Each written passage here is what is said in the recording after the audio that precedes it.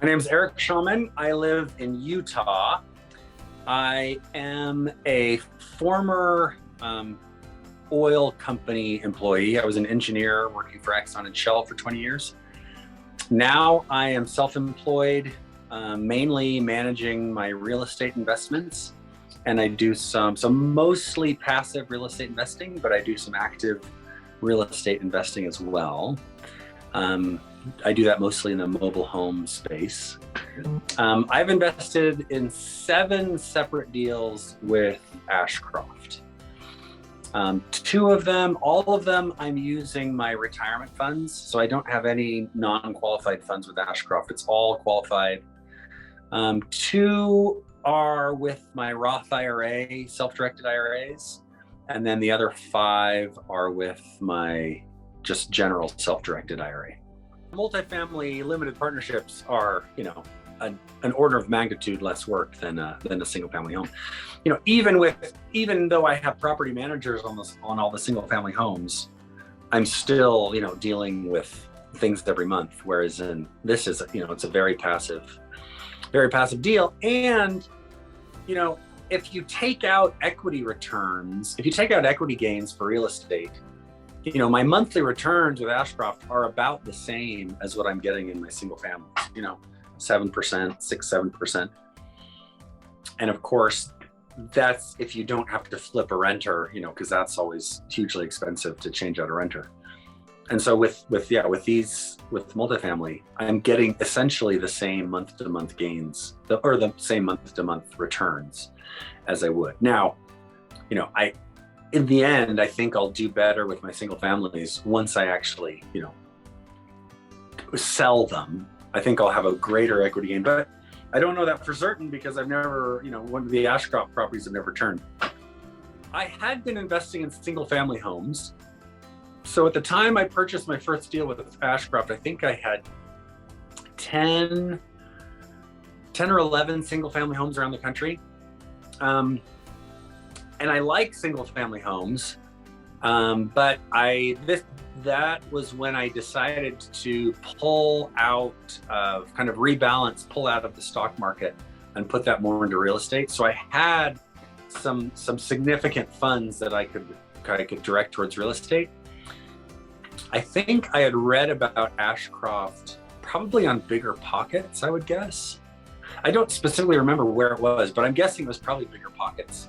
I read about Ashcroft, went to their website. I actually called and talked to Joe. He gave me some phone numbers of some other investors. I called and talked to each of those investors.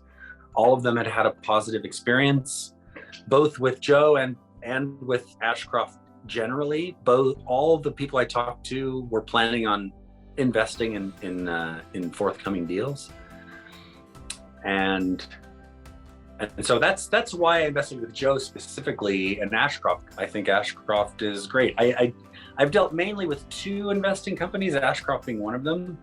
But after my first 1 or 2 deals, they continue to perform as expected. I look forward to one of those properties being sold as projected in the 5+ years. But up until then, they've always hit their monthly distribution target.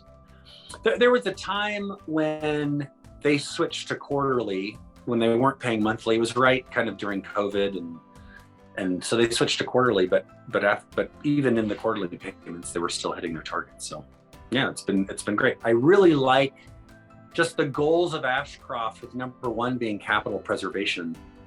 I fully agree that I would much rather, keep my investment, even if I'm not quite hitting the target, than try to hit these outlandish targets and end up losing your investment in the game. So yeah, I've been very happy with Ashcroft.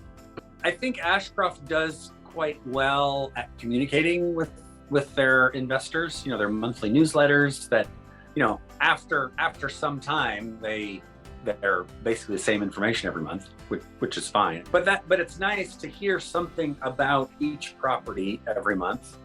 And I think they are pretty forthcoming in terms of, if they're seeing a problem, they send someone in to look at it. Lots of communication from Ashcroft. I never feel like they're trying to hide anything. They're quick to respond. I haven't ever had any problems getting a response from someone. People pick up their phone.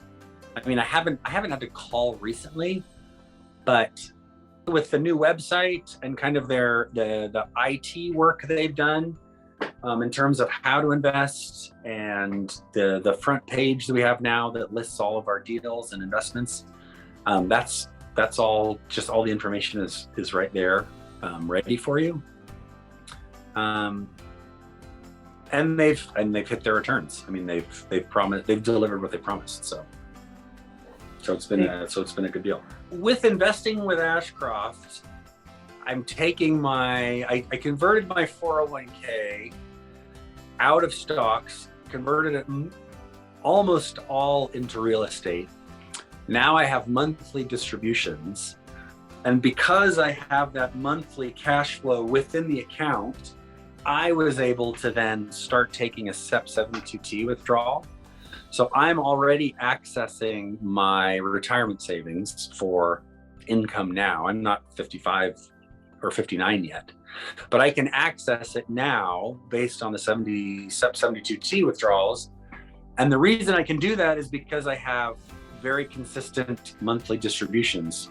So I'm never, even though all of the capital is tied up in a non-liquid asset in Ashcroft, those distributions give me the cash flow I need to be able to take those distributions. So it's allowed me to confidently access my retirement savings without penalty. I don't mind giving a positive review when it's deserved. I mean, I'm happy to. I've been on Joe's podcast before, so I'm happy to share my story.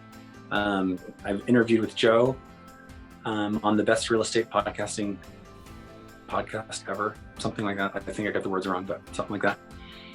And I'm happy to give testimonials for service when it's well deserved.